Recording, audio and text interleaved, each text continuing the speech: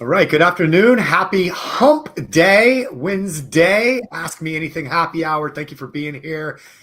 We are going to spend the next 60 minutes having some fun, answering your questions, and sipping on some pink lemonade. So I hope everyone had a happy 4th of July weekend, having a great start to the week. It's just started the second half of 2025. Just amazing how fast time is flying by.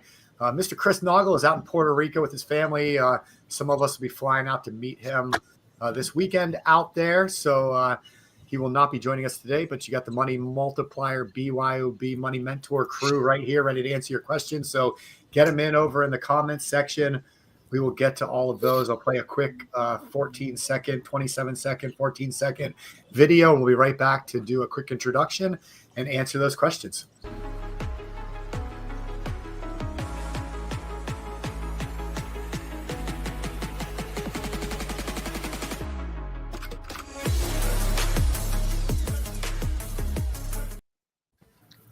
All right, cool. My name's Stephen Nagy. Thank you for being here, everyone. I'll be helping host the show today along with Ms. Shauna Decker and the rest of the BYOB Money Multiplier team.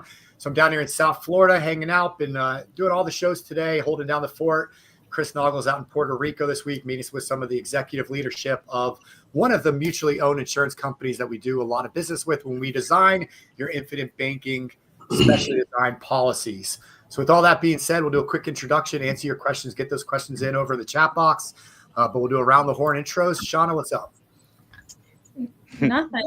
I'm here. The house is decorated. My daughter just turned 13 on Monday, and I spent the 4th of July weekend with Tess down in Ohio at John and Lori Halter's house. It was awesome. It was a great 4-hour drive there and a great 4-hour drive back. I got to listen to some good videos. I know Devin was sharing some Napoleon Hill videos that I listened to on the way down, and it was a good weekend. So I'm passing over to Brian. Hey, everybody, Brian Potts here up in North Idaho, enjoying some finally warm weather. Kids have been swimming every single day, and my 4th of July was spent sopping up our flooded laundry room. So our laundry washer decided to explode and spewed suds everywhere because my wife used the wrong dispenser. So I feel like you always got something going on in your house, Brian. Yeah, probably something. Yeah, but with that, I'll leave it. I'll put it down to Ethan. Are we real fast though? Are we just gonna skip over that Shauna has a teenager now? Like, yeah, kind of mind blowing, right? Like, it is. It makes me so sad.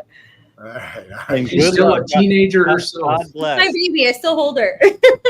Pretty amazing though. Craig's lived through that. I've lived through that. I don't know if anyone else here has lived through the teenage years with a child. It can be challenging because they're supposed to move away from us, Shauna. So I know. I'm trying to figure that out. Drink that pink lemonade. Add some vodka. You'll be fine. There you go. Okay, so I think I'm next up here. So Ethan Evans from the Mid-Michigan area and the implementation team joining you guys. Had a good 4th of July weekend as well. Did a little kayaking and swimming on the river, which was fun. And yeah, just with the kids, mine are also entering the teenage years. And I remember just kind of going to the campfire thing. I remember being a client and like watching some of the Shauna's first videos and her talking about her go-kart that she'd got with her daughter from like the COVID money and all that. So it's good to get to be bonding with you all and with the team here as we're answering your questions. So with that, over to Tess.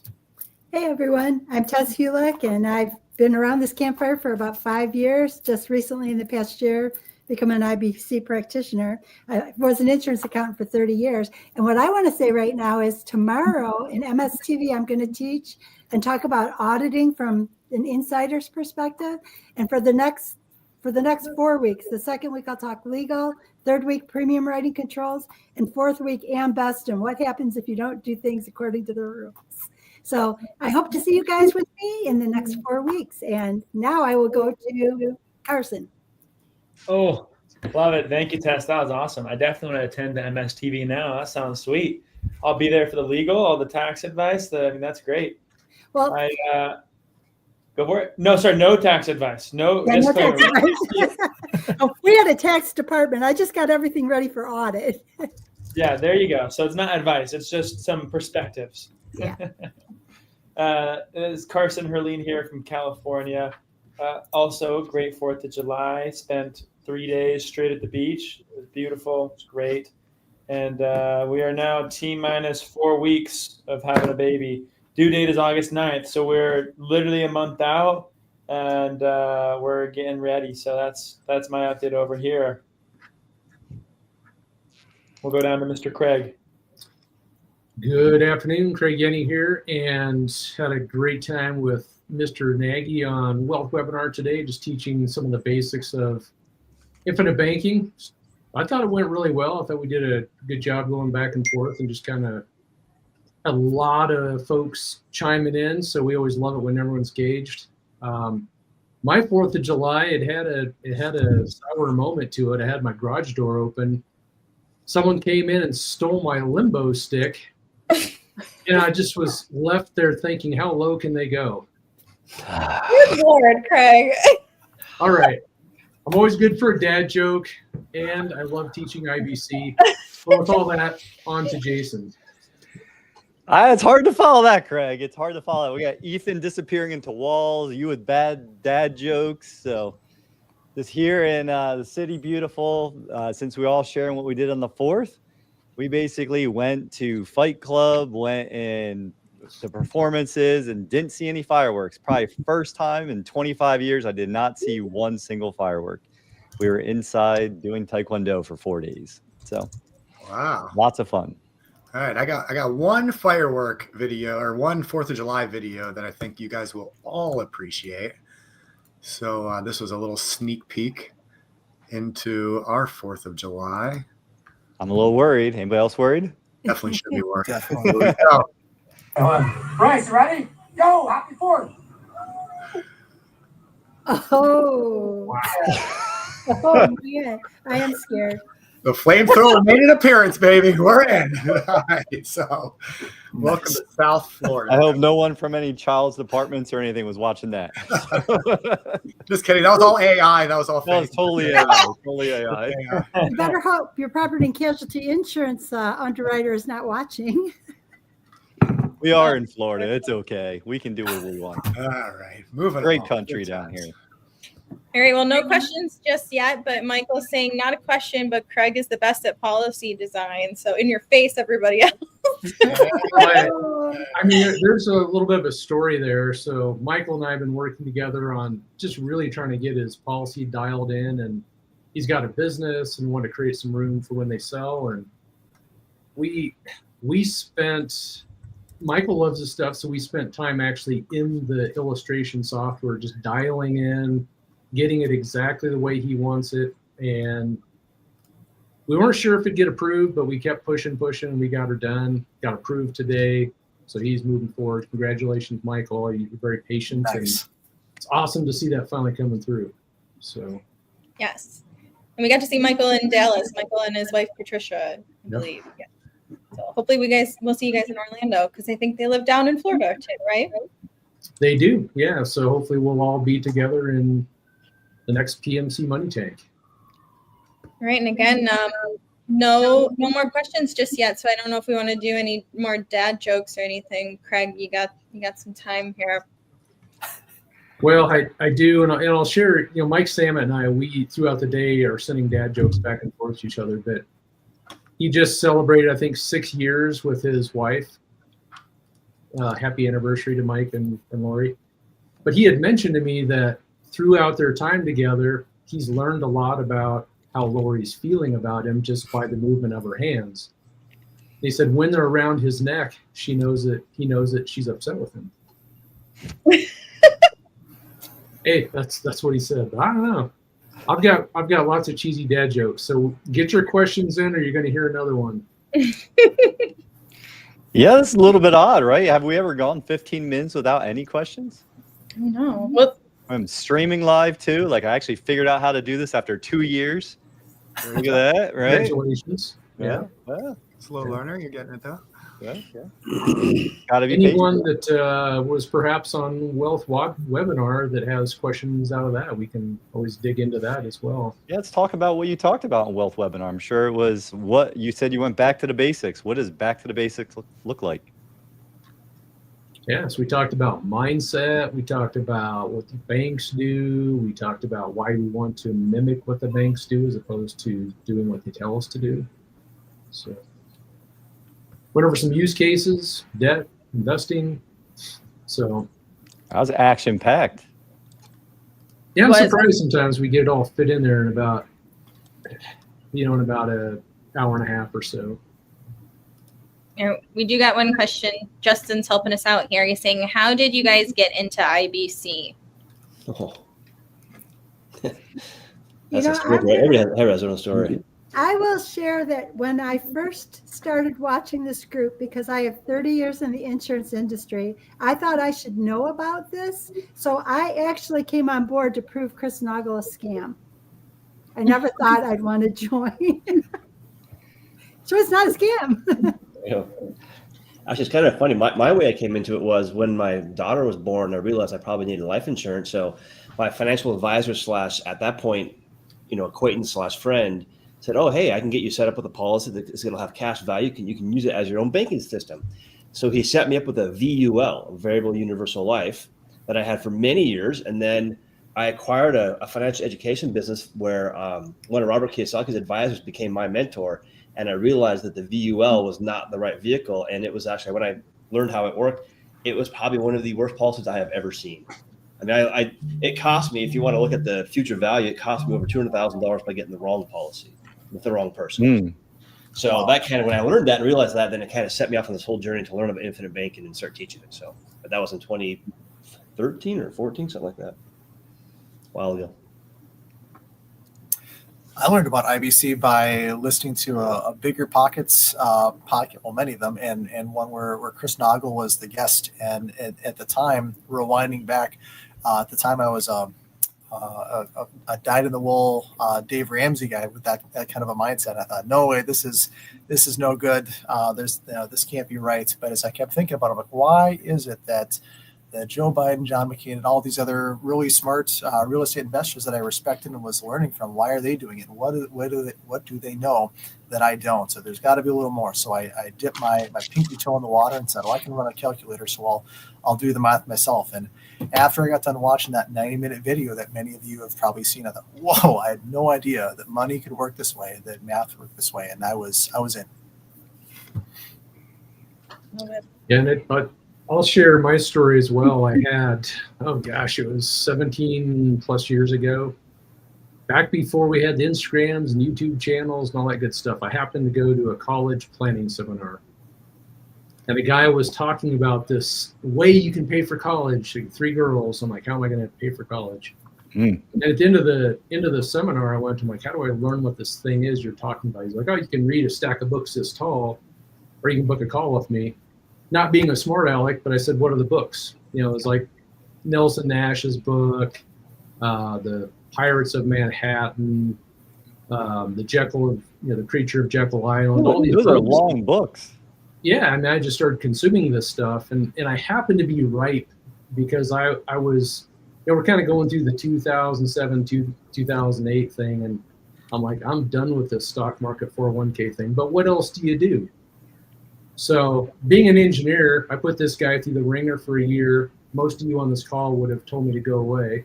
But he stuck with me, and I finally figured it out. But I look at what we have available today with the YouTube channels and the books and the teaching, and I love being part of this, because it was really hard being out there on an island and having no one to talk to about this, not even knowing who's doing this. I think back then Pamela Yellen was the only one really to look at. But anyway, that's kind of been the journey. That's where it all started. I love it. I give everybody credit, because for me, I actually learned from Brent Kessler himself. He came to Buffalo. We had an event center, and we weren't even in IBC at the time. We were just doing real estate stuff, but we had like a big room that held about 100 people, maybe 150 people. And Brent was just one of our speakers that flew up, and I was just sitting in the back listening to everything. And I remember it sounded really good, and I was hooked. But then it took me hearing it again before I really took action on it. And it took me 2 years before doing it. So Anybody who's listening for 2 years, I would say you don't need to wait that long. You don't need to wait that long. All right, we do have some more questions now. Does anyone want to give? We gonna keep going, or want to go into a different question? Questions. You've been saying I just retired at 67. Is it too late to start? No. Next question. There's definitely different perspectives on this, I would assume, but I'll share one perspective. Being 67, just retired. First of all, congrats. That's awesome that you retired and you're financially secure. That's really cool. I'm excited for you. And I'm glad you got to that point. A lot of people in America don't, so good on you. And so how I would look at this then is I would look at what your financial needs are. If you really are retired and you have income from maybe a pension or Social Security or other stuff, and you're essentially set for life in terms of consistent income, then I'd look at it in a different perspective, because I don't know if the policy necessarily will help you do much if everything's paid off, you get all the money you need. So I would start looking at some investments and trying to run some investments through policies. I'd look at maybe insuring your kids, grandkids, if you have any, and look at building out the family system. And there's definitely reasons on which you could insure yourself too. But I think the conversation becomes a lot broader and more of a family type of conversation than just, can I do this? I mean, sure you can, but what does that actually mean? I think it means you bring your family in. I think it means you have a bigger conversation with everyone and learn what this strategy can mean for everyone. Yeah, and Carson, you bring up a lot of good points, and one of the things for retired people that we can offer out there is, let's say you've got an IRA, you've got some qualified money out there, but with Social Security, pensions, investments, whatever you have out there, maybe you don't need to tap into all that. So it's sitting in these qualified accounts. One strategy is to start taking some of the funds from those qualified accounts, putting them into a specially designed whole life policy, which puts it into a tax-free environment, multiplies the money with death benefit for your family as a legacy. So there's some really cool strategies you can do with that if you don't have a need for, all the other benefits that infinite banking brings. That's a really cool one to be used as a way to transfer some of that taxable income to non-taxable, and then build and multiply a legacy with death benefit. And to build on what Carson's saying, I mean, like, it depends too what you're trying to solve. Like, if you make it really simple, what are you trying to solve? What is the outcome you're looking for? If it is the legacy piece, then that's a great approach, because if you're generation one, like if you didn't receive any kind of tax-free inheritance and you're going to be generation one, well, you start by setting that up for your kids, your grandkids, and then help them understand why you're doing it. Is probably the best legacy that we could all leave, is really give them the systems and the processes of why it's so important and why people have been doing it for hundreds of years and why it's super undervalued in our society. So, but it starts with, what are you trying to accomplish, I think. So. All right. And then Shane is saying, what made you choose to become practitioners, and how many hours a week do you dedicate to speaking with people to help set them up for success? All of them. The hours. How many hours in the week? All of them. I mean, does anyone else just like dream about this stuff? I mean, I heard when you learn a new language, you know it when you start dreaming about it. So definitely there, either creating, talking about it, being on calls. When I'm not doing it, I think about what should I be doing with it. So, and Shane, to answer the question, I know that you know this because I've told you personally, but I started because when I learned about it, and I like telling it this way, it was like, when you guys are breaking into one of those safes and you're turning the dial and you're just listening for the click, and it clicks and you're like, that feeling, that moment when you open the safe, you don't really care what's in the safe. You just figured out something. It was a moment that you're trying to break through your whole life. I've always had this thing about money. I didn't even realize I had it. I had all these rules. I had all these words that stopped me from being able to even be comfortable with money, with talking about money, with doing these things. And when I asked a friend for help, got pretty humble, got down on my knees, asked God for help, and he handed me Nelson's book. And I thought, wow, if this was true, everyone needs to know this. And that literally set me on fire. Like, I wouldn't be here if I didn't go deep down that. And I became a practitioner because if you're doing this and teaching this, then we have a duty to be at the highest level and hold ourselves to the highest standards. So, and the hours, again, there's a lot of hours, Shane. So it's more about who's putting, like Craig could use some boundaries, right? He's like Joe, wide open, right? Like, we're all trying to navigate how do we serve at a super high level and also make sure that we're taking care of ourselves so we can keep doing it. Well, the funny thing about those boundaries is I'm going to kind of answer Shane's question and Justin's next question. So for me, I spent 31 years in a career, high-tech, IT. I was an engineer. And I already shared 16 years ago, started infinite banking. I just love talking about it. So all through my career, I'm telling people about it, but also doing the career that I was in. I'm not a retirement person, so I'll never be one to sit on the beach and have someone feed me grapes. I'm going to be working until the day they put me in the box. So my strategy 5+ years ago was to do what I'm doing now. I just had no idea returning to this. But I knew I wanted to go out and teach this. So I retired when I was 52 from a job because of, doing IBC, doing private lending, building passive cash flow. And now the people that know me, they're like, hey, I thought you're retired, but you're always working. Like, I spend more time working now than I ever have in my career. Yes, I do get tired, but I love it. I love having these conversations. I love talking to people. I love it when someone calls me up and say, yeah, I got rid of 2 cards. I got rid of 3 credit cards, or I got into this investment.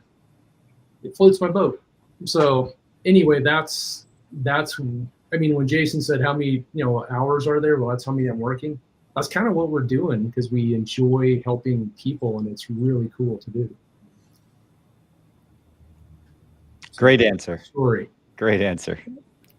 Yeah, and Craig kind of went into Justin's question, which was, I know that you guys have W-2 within the team, like active income, but has IBC made you financially free yet? I would say it's a foundational piece of how I was able to get there from the W-2 job, but it's that and private lending, what we do in Private Money Club, and stop giving your money away to other people when you buy a car. It's just all of that. It's everything that we talk about and teach. And guess what? It didn't happen in 5 years. Yeah, I would answer. I mean, Justin, I went from having $3,300 a month leaving the family to coming back by using policies to having passive income come in. I haven't won the game. Like, I could not stop doing what I'm doing now because it doesn't cover the expenses and running the business and everything else. But I'm a heck of a lot closer than I was 4 years ago before I started implementing this. Yes, like, if I would have just kept doing what I was doing then, it would be just how much money, how can I go make more money? And then I end up spending it all or having something happen in life and I'm not prepared for it. So way closer.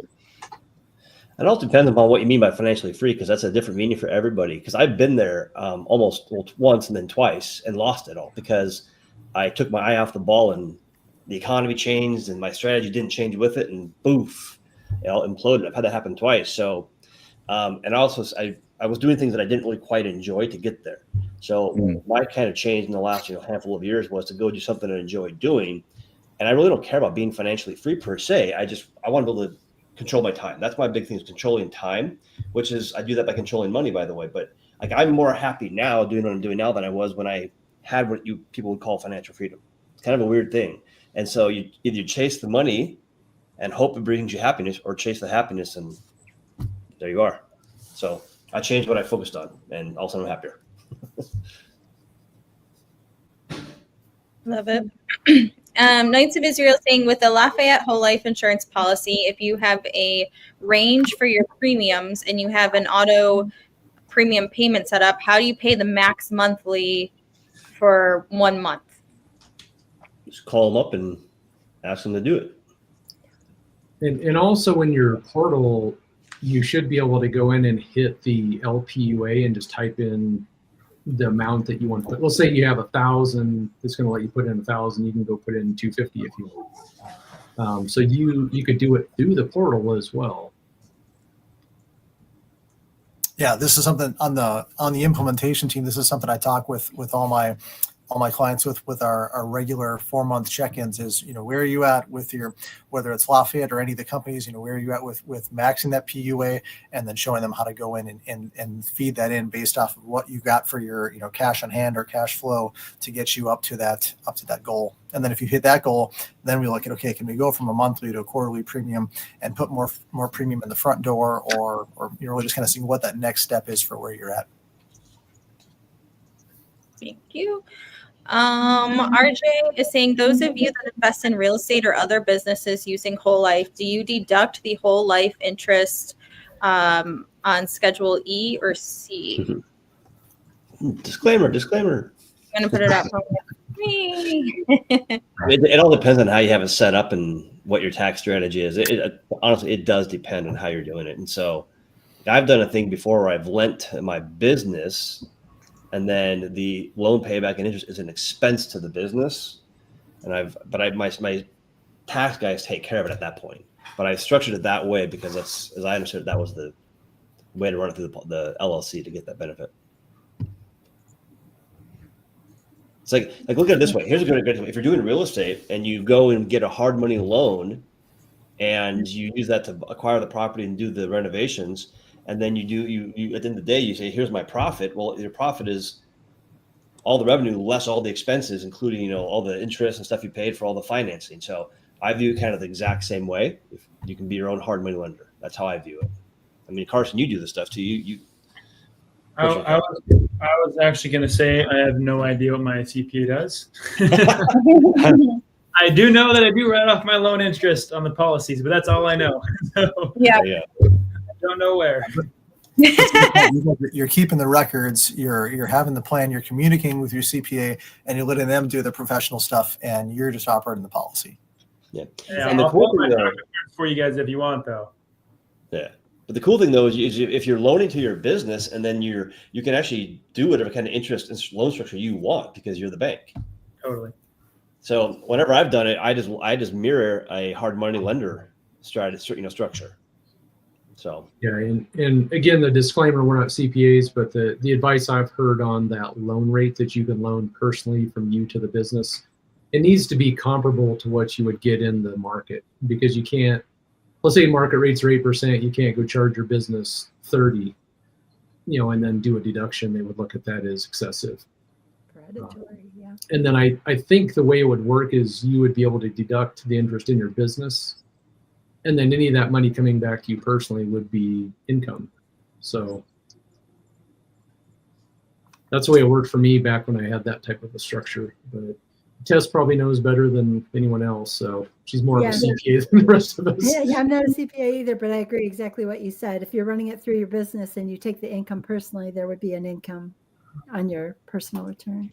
But again, CPA, tell your tax person, because if you don't, then they're not going to have the information they need to properly prepare the return anyway. Love it. Made in Blue is saying, what are the pros and cons to leveraging my active 401k for lending? I'm paying off a little debt.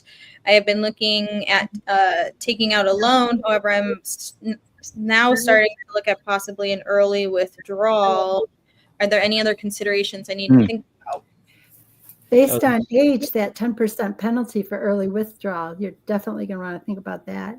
For sure. And even if you can, because if it's an active 401k being active with your current employer, you may not be able to take an early withdrawal. Right. You'd have to check your contract or talk to them about in-service withdrawal, because not all programs offer that. Now, I don't see infinite banking being discussed in any of this as far as a strategy goes, but as far as the pros and cons of leveraging your 401k and borrowing from it, well, one, it's not in the markets anymore. So whether or not you believe in the markets, that can be a pro or a con. I kind of like it as a pro, because then when you pay back the 401k loan, you're paying it back with a set interest rate that the 401k custodian sets, which actually goes into your 401k. So it actually is a benefit, because it probably will perform better than if it's in the markets, because you're paying it back with interest. So another way to do infinite banking is through a 401k loan, because you're paying yourself back with interest. Now, you don't control the loan, though. So there is a required payment that comes out of your paycheck. So you don't really control the loan in that regard, but it is using your own money, which is nice. And depending on what you're doing with that loan, you can have your money in two places. You're paying it back with interest and you're paying off debt. Now, you'd have to look at the interest rate on the debt versus the 401k loan and see if it makes sense. So if it's high interest debt, then it probably does make sense.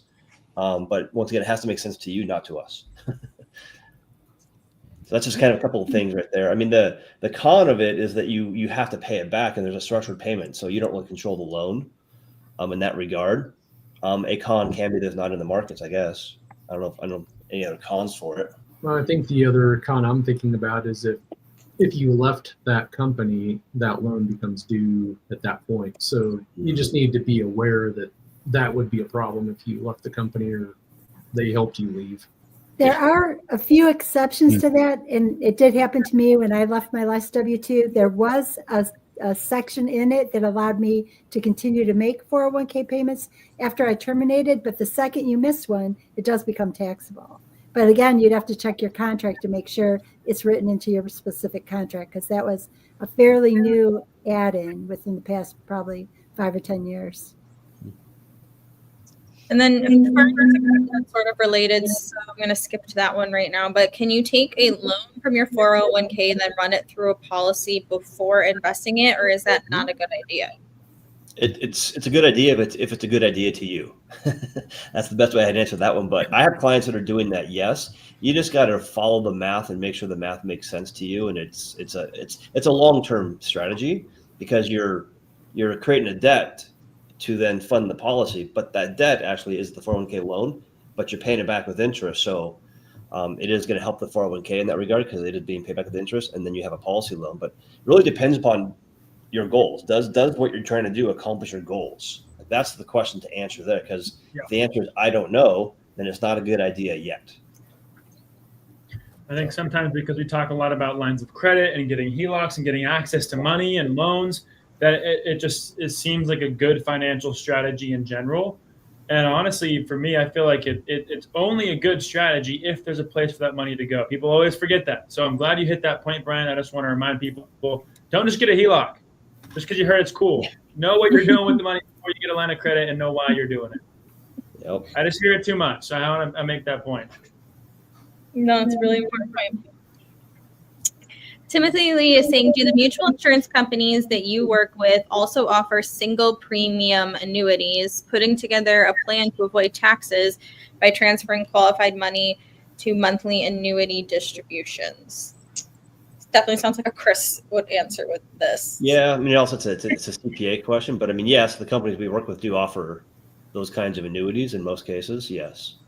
But it's a more... Craig has a training on this, right? Yeah. I think there's a whole training that was done on this subject. Yeah, I think we did some wealth webinars on this, but at the same time, one of the things you might want to think about is if you're in a qualified account, you can put that right into an annuity, an immediate annuity or deferred annuity, and then those payments come out, they're still taxed on those distributions. So you're going to pay the taxes one way or the other. If you have a qualified plan and you put that into a qualified annuity, when that pays out income, you're going to pay taxes. If you have a qualified annuity and you move it to a non-qualified annuity, that whole thing's taxable, when you make that move. And what a lot of folks will do is they'll take that qualified money and they'll dribble it out and pay premiums into a whole life policy, which is what we were talking about before. So it's a way to kind of trickle out the money in your taxable environment, get it into a non-taxable environment, multiply the money with the death benefit. So there's a number of different strategies, but yeah, I mean, we do have those tools available to us. Okay.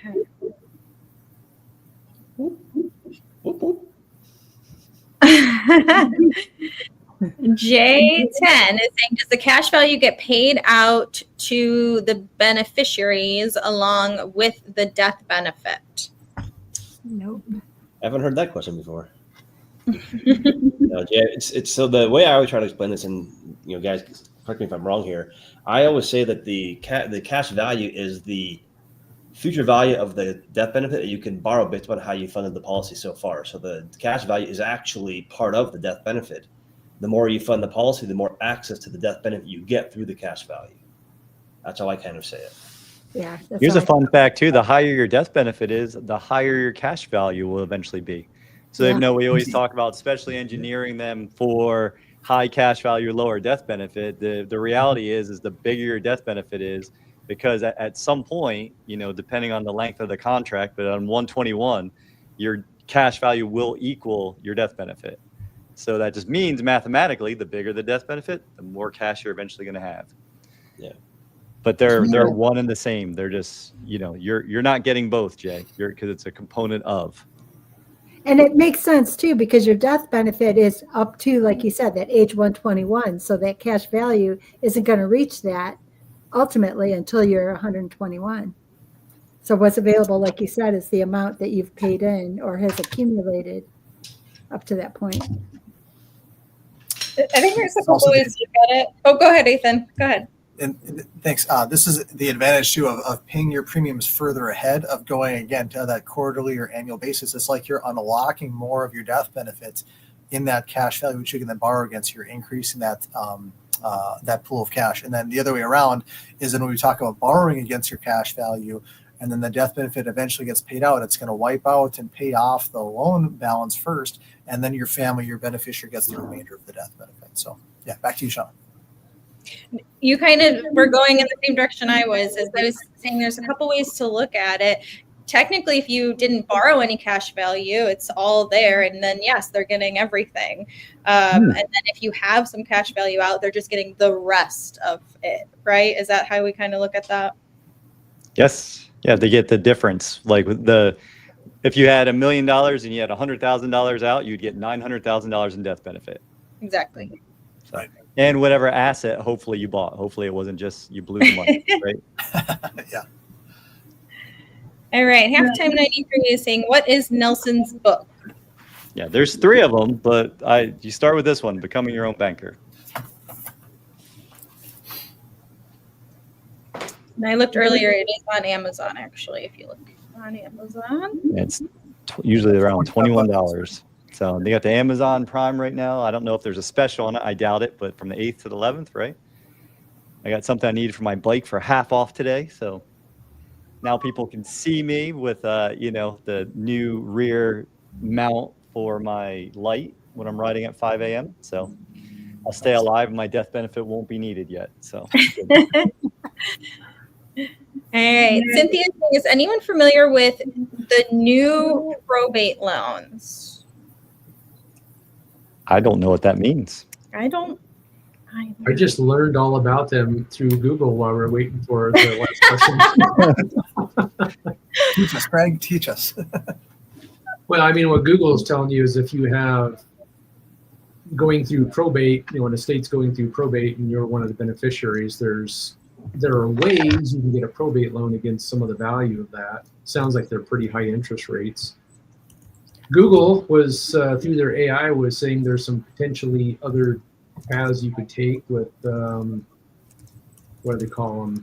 Probate advances, where you could sell a portion of your inheritance. So I don't really know much about them. I wouldn't be able to say they're good, bad, different, and ugly. But What is a probate loan?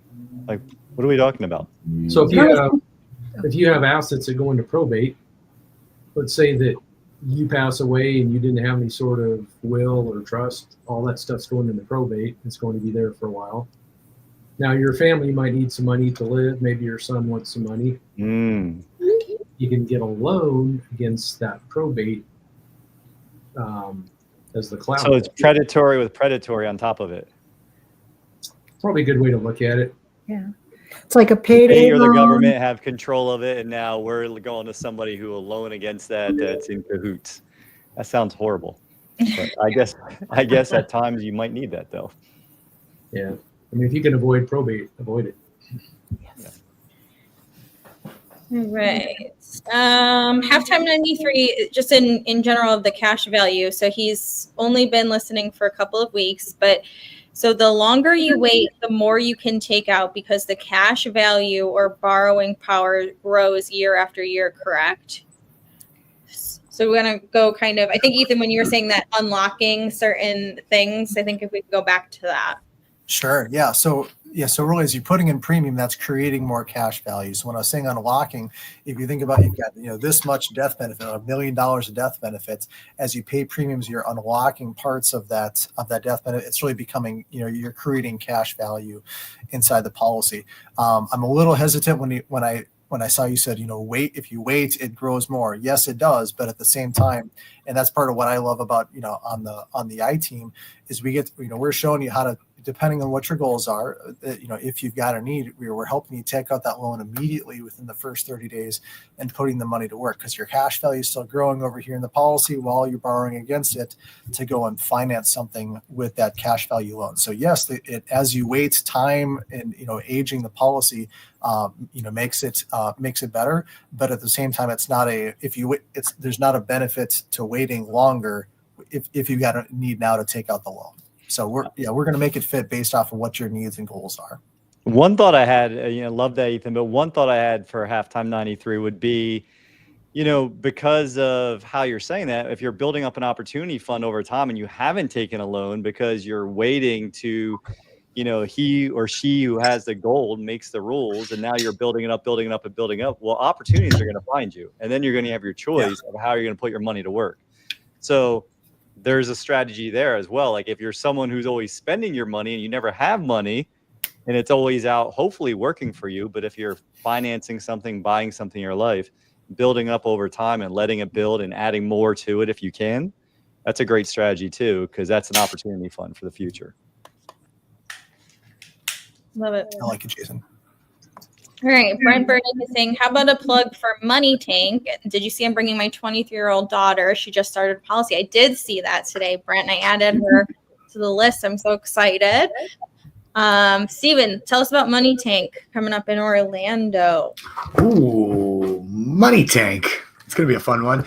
So we're doing a little bit different Money Tank. We have a bunch of new speakers, opportunities. The structure is going to be similar, but definitely more geared around the relationships. But November 7th and 8th, and Shauna actually flew down to Orlando a few weeks ago, right? And toured the property, met with them. Something really cool about this location is it's at a beautiful resort that's part of Universal Studios property. And so they have all these like exclusive discounts and ticket prices and things like that for guests that are staying at the resort. So if you come to Money Tank, we'll have a room block set up so you can get your room and then take advantage of all the resort discounts and everything. And one of the things that a lot of people are doing is they're going to bring their families with them. So wives or husbands, kids. And if they don't want to come in the event, in the ballroom and do all the Money Tank stuff, they're going to go explore over at Universal Studios and take advantage of the resort property. There's a big, huge swimming pool and all that good stuff. Your typical Universal Disney Orlando resort. So it's going to be really, really nice. Going to be an awesome event. And right now the tickets are as cheap as they'll get. So go over to privatemoneyclub.com/Money Tank.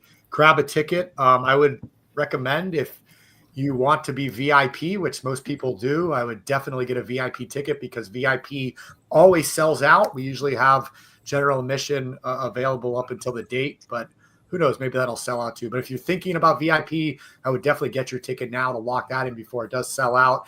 And then we are also going to start this September 8th, which is a Monday.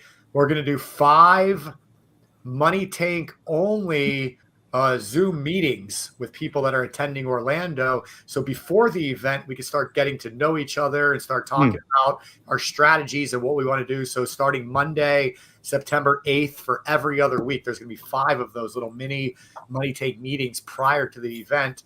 Get your ticket and join us starting September 8th for those, so you can kind of get one step ahead of everybody else that'll be there. So it's going to be a lot of fun, but really looking forward to it. And Brent, you're bringing your daughter. Very, very, very cool. I love that when people bring their family with them. So thanks for that. Congratulations.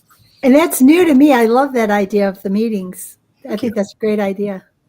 Yeah, and it'll be set up as a meeting so you can get to know each other's faces. You can start putting a name to a face before you get there, so it's not super overwhelming if it's your first time. In Dallas, we had a lot of new people that showed up, and it wasn't that they were new to us or the campfire. They had been around the campfire for like 3 years, but they were new to events. So that was really cool to see, like Shane, for example. So I don't know. I definitely hope to see more people with that same story of saying, I've been watching you for 3 years and I finally made it to an event. So hope to see you guys there. Yeah. I got one today. I've been watching for 3 or 4 years, and I'm finally ready to start. So I love those. Now I feel better about it only taking 2 years. So. All right. J10 is saying shopping around, and another competitor stated Mass Mutual does allow for loans in year 1. Is that accurate? It is. So by contract, you're allowed to take loans in year 1. Our clients can as well. It's a legal right through your whole life insurance contract. The challenge is Mass Mutual does not support the infinite banking concept and the process of taking loans immediately from a policy. They don't want it to happen. So the competitor is probably someone smaller. They do a few policies here and there, not a big guy. And if Mass Mutual learns that they are doing a lot of IBC policies and teaching people to take loans right away, they will lose their contract with Mass Mutual. They came after kind of the bigger guys because we do a lot of business. And they just simply told us, hey, if your clients continue to do this, we're going to cancel you as a contracted agency with our company. So our clients can start a policy with Mass Mutual. We just ask them not to take a loan the first year or use a CV line of credit. But I would just ask you, would you rather work with somebody that's very small and probably doesn't do a lot of IBC, may not understand it to the level that we do? We do this stuff all day, every day. This is all of our full-time, what we do all the time. So that's all I would look at, but just be careful. So you can do it. They just don't like it. Yeah. And to reiterate, we can also write with Mass Mutual. I have 2 policies with Mass Mutual myself. And we still do them when it makes sense for the client, for sure. I'll add something here too. I've seen a lot of people do this lately where they're shopping around for infinite banking. And I don't think that even makes sense. If you're shopping around for the best product on the market, like any insurance agent can build any policy you want, technically. So, there's no reason to shop for a product. It's about shopping who you want to work with and meeting different people who teach banking and have different perspectives on how they want to do this strategy. And if you feel like they fit your needs and what you want, I'm all in for that. Anyone can get any policy from anywhere. So I wouldn't really look at that. I'd look at who you want to work with, and that's what you're really shopping around. And in Carson, I think that's a good point. And when you're working with those people, the one question that really, really, really is important is ask them, what are you doing in infinite banking? Tell me what you're doing. How are you using it? And if you get a pause and a blank stare, move on. You got yourself a policy slinger there. I like that. I like that too. No other questions right now, but yeah, open floor. Shout out to Carson. Oh, yep. Yeah. There you go. Woo woo. I was like, why are you shouting me out? It was coming. Sean was on it. He had it. Thank you. Yes, and then also shout out to Brent. He's saying his daughter will be doing her first PMC investment next month. That's awesome. Yep. Very cool. That is legacy right there. That is cool. And then Maiden Blue is giving us some praise, saying shout out to this awesome team. You guys have got it. Feeling fortunate to have found this campfire. That's nice. Halftime Wait till you see the Brady Bunch opening. Wait till you see our new opening coming. When is it coming? I get excited. I don't know. I'm just thinking it's got to be super cool. So I don't know. I'll keep talking about PMC Money Tank real quick. There's new topics coming too. So self-storage. We've got a self-storage guy. We've got something that's going to solve a lot of investors' problems. So right now, sometimes you're doing an investment and there's 30 other people in the deal and you don't know who those 30 people are. There's this one speaker coming to Money Tank that's going to show you how you can all go in on and like a company together and take down a deal together, and then you can all problem solve together, and you would never have to hunt each other down because you know who each other is from the very beginning, and you go in and take down the deal together. So it's going to be a good new event. All right, we got a question that was sort of, let's see, like so do you saying if I am 6 years old and want to buy a home in the next year, would infinite banking be helpful for me? Or if I have debt? It definitely could be. We'd want to, get some more information from you. So I'll share a situation here where I helped some family members of mine who are in your age range as they were moving to my area.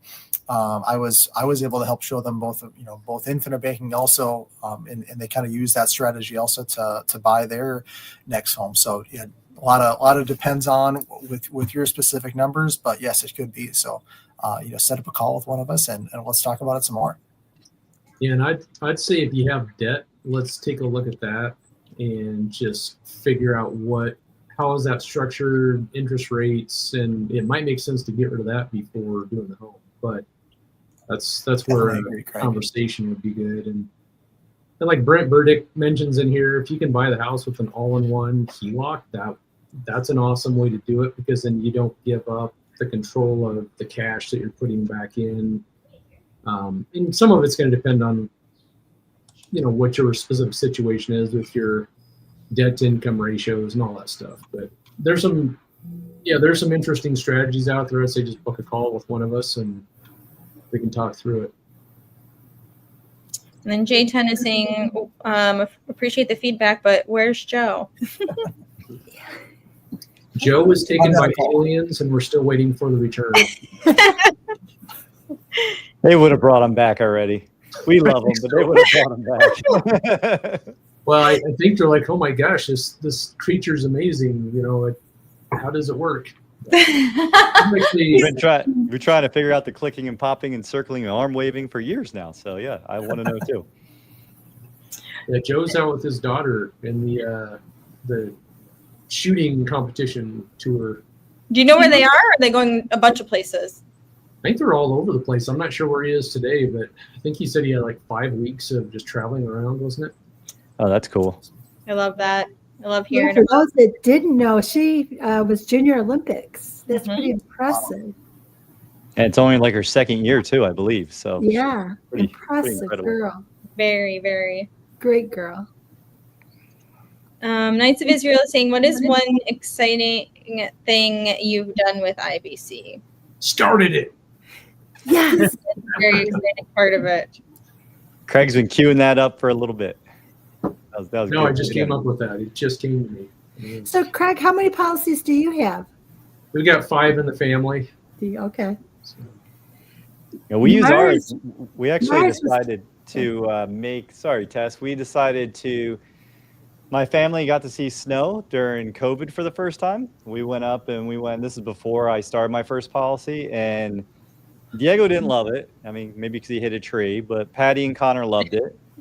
And so we decided that we would do that every year, is go someplace and go skiing. So we actually use Connor's policy to do that. So it's a nice way to tie the family in and then use the system and teach him about the system and show him how we're using it.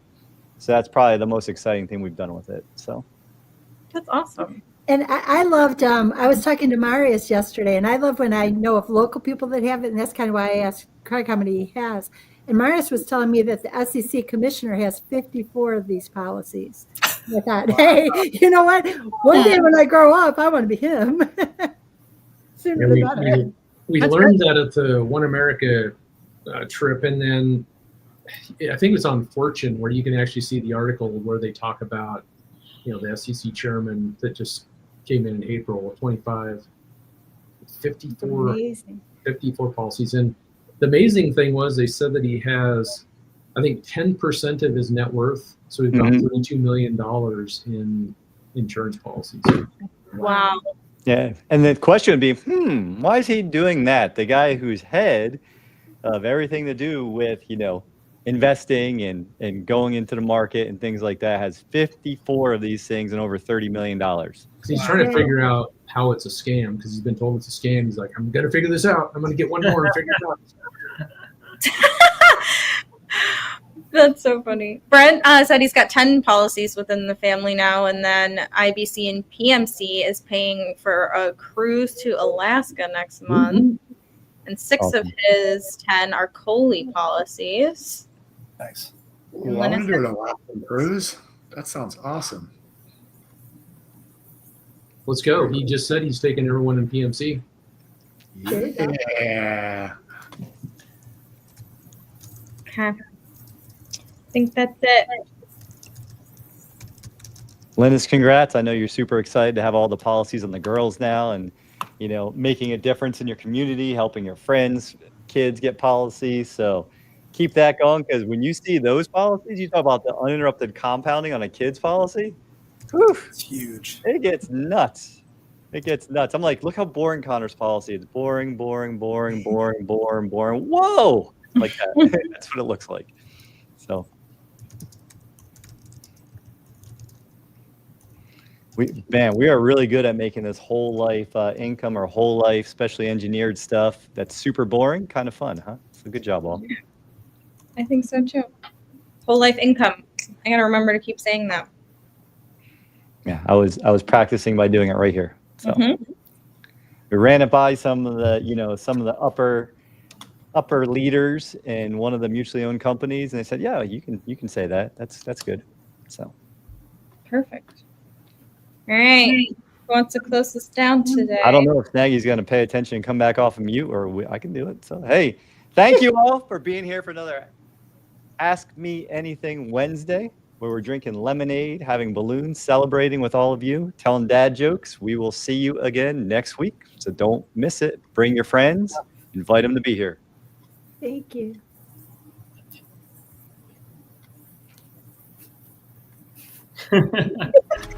Run the video.